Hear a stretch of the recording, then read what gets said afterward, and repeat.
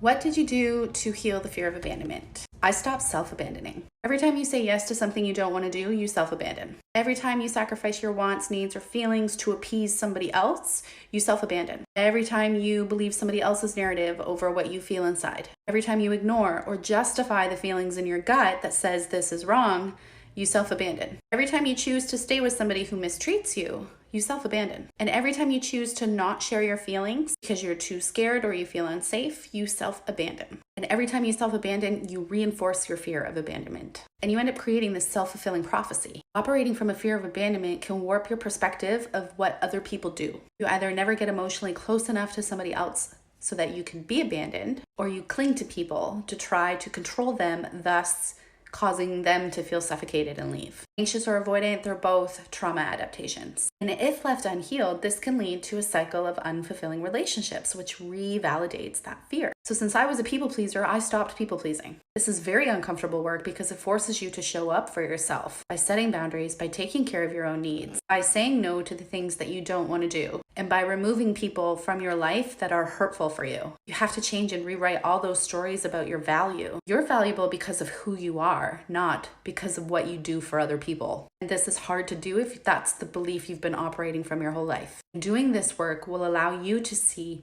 who is toxic in your life, because the people who want what's best for you will be supportive of you, and the people who are only using you will be mad at you for your newfound self-centered approach to living. They will try to manipulate you and guilt you into centering them instead.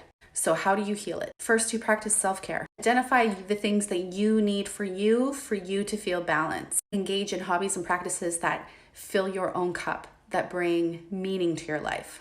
Number 2, find safe relationships. Every time you're in a relationship with somebody who is emotionally unsafe for you, you end up re-triggering that trauma. Finding emotionally healthy people who are actively working on their own growth will allow the relationship to be more authentic so that the both of you can be vulnerable. Number 3, learn how to soothe your inner child. When your trauma is triggered, look to yourself to soothe it and not your partner. Journal, meditate, call a trusted friend. Those feelings need to come out because stuffing them down will only make your inner child feel invalidated and encourage more temper tantrums because you're not listening. Number 4, integrate your trauma. A big part of trauma integration is accepting that you have it and setting the emotional boundaries required in order to keep yourself safe. As a recovering people pleaser, I no longer say yes to things that I don't want to do, even if it makes me feel uncomfortable saying no. I also don't over-explain myself anymore. No is a complete sentence. And number 5, practice non-attachment. Things are only meaningful because we assign meaning to them. You can experience your fear, you can allow it to exist, but that doesn't mean you have to assign meaning to it, and it doesn't mean you have to act on it.